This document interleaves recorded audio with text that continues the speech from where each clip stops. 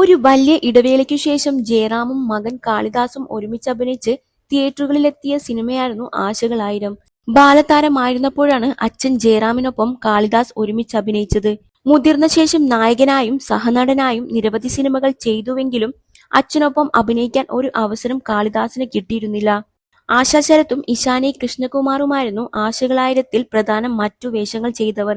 സമ്മിശ്ര പ്രതികരണം നേടിയ സിനിമ ഇപ്പോഴും തിയേറ്ററുകളിൽ പ്രദർശനം തുടരുകയാണ്. അതിനിടയിൽ ഇപ്പോഴിതാ അച്ഛനും മകനും പങ്കെടുത്ത ഒരു തമിഴ് അഭിമുഖം വൈറലാവുകയാണ്. ആശകളായിരത്തിന്റെ പ്രൊമോഷന്റെ ഭാഗമായി നൽകിയ അഭിമുഖമായിരുന്നു അത്. അവതാരകൻ ചോദിച്ച ചില ചോദ്യങ്ങൾ ഇരുവരും നൽകിയ മറുപടിയാണ് അഭിമുഖം വീണ്ടും വൈറലാകാൻ കാരണം. അടുത്തിടെ കണ്ടതിൽ വെച്ച് ഏറ്റവും മോശം സിനിമ ഏതാണെന്ന ചോദ്യത്തിന് കാളിദാസ് നൽകിയ മറുപടിയാണ് വൈറലാകുന്നതിൽ ഒന്ന്. ചോദ്യം ജയറാമിനോട് ആയിരുന്നുവെങ്കിലും തന്റെ ഊഴം വരുന്നതിന് മുൻപ് തന്നെ കാളിദാസ് മറുപടി പറഞ്ഞു. ബോളിവുഡ് സിനിമ പരം സുന്ദരിയാണ് താൻ അടുത്തിടെ കണ്ടതിൽ വെച്ച് ഏറ്റവും മോശം സിനിമയെന്നാണ് കാളിദാസ് പറഞ്ഞത്. കേരളത്തിന്റെ സംസ്കാരത്തെ ആ സിനിമയിൽ കളിയാക്കുന്നത് പോലെ തോന്നിയെന്ന് നടൻ പറഞ്ഞു. അടുത്ത കാലത്ത് കണ്ടതിൽ വെച്ച് ഏറ്റവും മോശം സിനിമ ഏതാണെന്ന് ചോദിച്ചാൽ ഞാൻ ഉത്തരം പറയട്ടെ, പരം സുന്ദരി. വളരെ മോശം സിനിമ. ഞാൻ തുറന്നു പറയുകയാണ്. കാരണം നമ്മുടെ കൾച്ചറിനെയും സംസ്കാരത്തെയും കോമഡിയാക്കി കളിയാക്കുന്നത് പോലെയാണ് ആ സിനിമയിൽ ചിത്രീകരിച്ചിരിക്കുന്നത്. ഈ അടുത്ത് കണ്ട ഏറ്റവും മോശം സിനിമയാണ് പരം സുന്ദരി. കേരളത്തെക്കുറിച്ച് ഒരു ഐഡിയയുമില്ലാത്തവർ ചെയ്തതുപോലെ.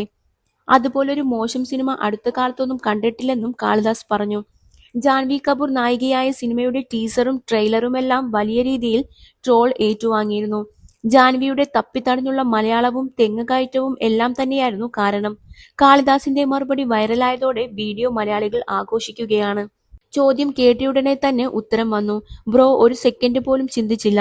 മലയാളികളുടെ മനസ്സറിഞ്ഞ് മറുപടി പറഞ്ഞതിന് അഭിനന്ദനങ്ങൾ എന്നായിരുന്നു നടനെ പ്രശംസിച്ച് പ്രത്യക്ഷപ്പെട്ട കമന്റുകൾ. തന്റെ സീക്രട്ട് സെലിബ്രിറ്റി ക്രഷിനെ കുറിച്ചും താരം വെളിപ്പെടുത്തി. സീക്രട്ട് സെലിബ്രിറ്റി ക്രഷിൽ ഒന്ന് സീമ്രാനും മറ്റൊന്ന് ശാലിനിയുമാണ്.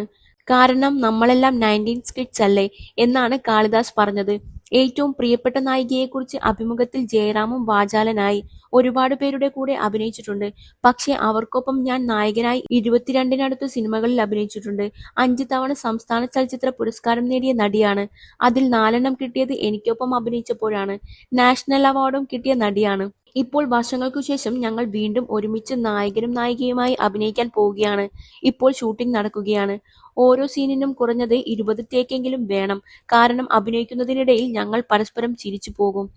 അത് മറ്റാരുമല്ല ഉർവശിയാണ് എന്നാണ് ജയറാം പറഞ്ഞത്.